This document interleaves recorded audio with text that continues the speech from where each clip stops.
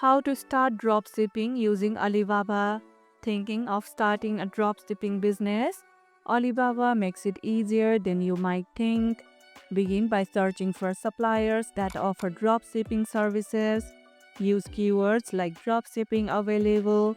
When you find potential suppliers, check their shipping time, MOQ, and product customization options. Next, reach out through contact supplier and clarify that you plan to resell their products without holding inventory. Many suppliers can handle direct shipping to your customers. Once you have agreed on pricing, integrate those products into your own online store.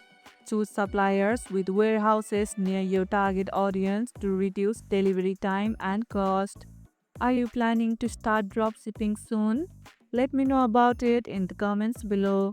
And that's how you can start dropshipping using Alibaba. And if this video helped, hit the like button, share it, subscribe, and leave a comment. Thanks for watching, and I'll see you in the next one.